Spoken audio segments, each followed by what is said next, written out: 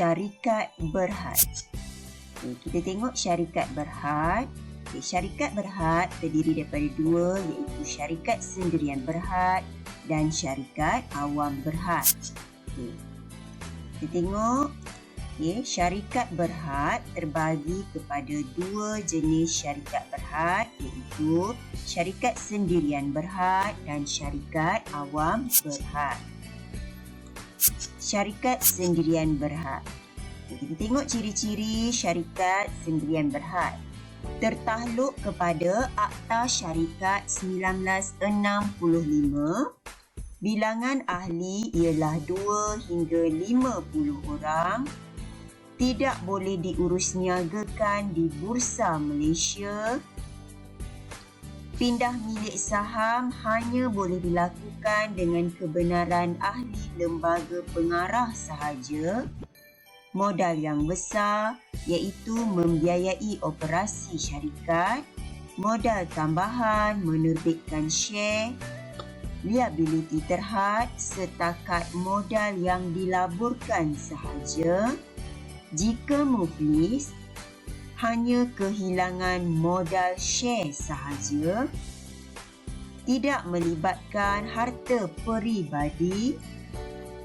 Pemegang saham terbesar pula berhak mengawal operasi syarikat. Itu tadi ciri-ciri dia. Kita tengok contoh syarikat sendirian berhad. Ini contoh nama syarikat sendirian berhad. Mesti ada perkataan syarikat di hadapan dia, iaitu syarikat percetakan tas sendirian berhad. Ini contoh yang kedua lah. Contoh Sterling Circle sendirian berhad. Kalau ada perkataan SDN BHD hujung dia ni, mestilah syarikat sendirian berhad. Ataupun kamu boleh letak nama kamu. Contoh Lukman sendirian berhad. So kita tahu itu adalah syarikat sendirian berhad. Kita tengok ini contoh lah. Syarikat Com Motorcycle sendirian berhad. So ini ialah syarikat sendirian berhad. Ini contoh lah. Fact Engineering sendirian berhad. Kita tengok kelebihan syarikat sendirian berhad. Kelebihan pertama ialah modal lebih besar, iaitu lebih banyak modal diperlukan dan ini didapati melalui terbitan share. Yang kedua ialah liability terhad, iaitu jika muflis atau rugi setakat modal yang dilaburkan sahaja.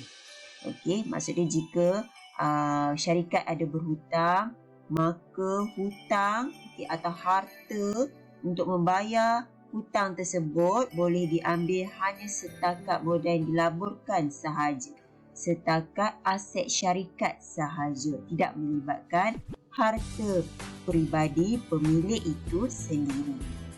Tengok yang ketiga, hal ehwal syarikat dirahsiakan. Di mana laporan kewangan tidak perlu diumumkan kepada orang ramai. Kita tengok kekurangan syarikat sendirian berhad. Yang pertama, penawaran share terhad, di mana share hanya boleh ditawarkan kepada saudara dan rakan sahaja.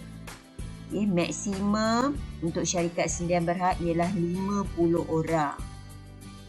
Yang kedua ialah beban cukai yang tinggi, di mana kadar bayaran bagi cukai adalah tinggi bagi syarikat sendirian berhad.